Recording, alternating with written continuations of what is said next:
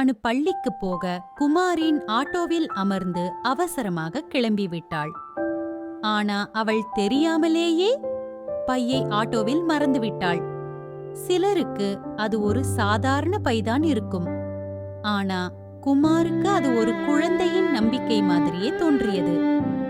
பையின் உள்ளேற்கும் புத்தகங்களும் பொருள்களும் முக்கியமல்ல. அதை தேடிய போது ஒரு குழந்தை உணரும் பயம், குழப்பம், அதுதான் அவரது மனசை உருகச் செய்தது. சோர்வாக இருந்தாலும் நேரமாகிவிட்டாலும் இந்த பையையே நான் தான் திரும்ப கொடுக்கணும் என்று முடிவு செய்தார்.